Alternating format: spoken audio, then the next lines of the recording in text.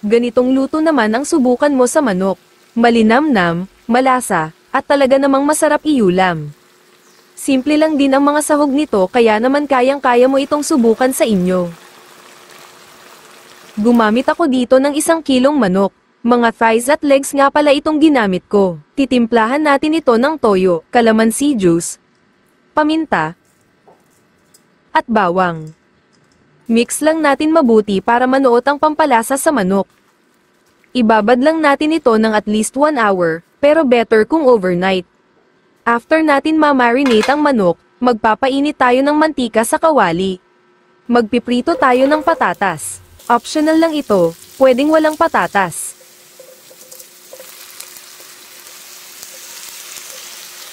Pag brown na ang magkabilang side, itabi muna natin. Saka natin ipiprito rin ng bahagya ang manok. Inihiwalay na natin yung marinade niya. Brown lang natin ang magkabilang side.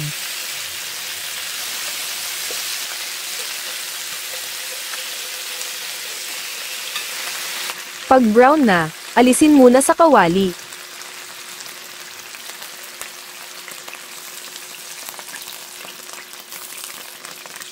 Bawasan din natin ang mantika sa kawali. Then, igigisa na natin ang bawang at sibuyas hanggang maging aromatic ito.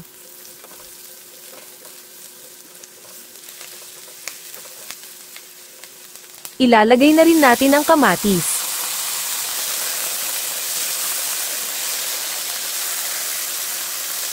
Pisa-pisain natin habang ginigisa. Igigisa rin natin ng ilang saglit ang tomato paste para mabawasan ang acidity niya. Saka natin ibalik ang na-brown na manok. Igisa lang natin saglit.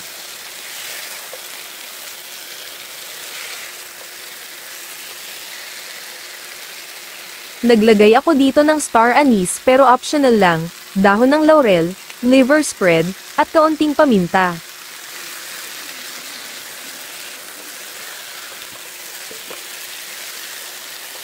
Ito yung marinade na itinabi natin kanina. At maglalagay na rin tayo ng kaunting tubig pang luto sa manok. Takpan at lutuin ng mga 25 to 30 minutes.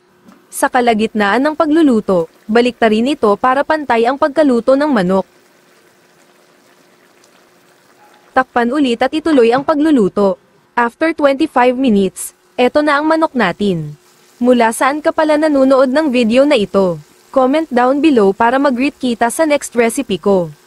Shoutout pala kina Teresa Ohano ng Nagoya, Japan, Eunice Espera ng Malabon, Mabel Frias ng Cavite, Jels de la Cruz from Guam, at Rosemary Mayo ng Laguna.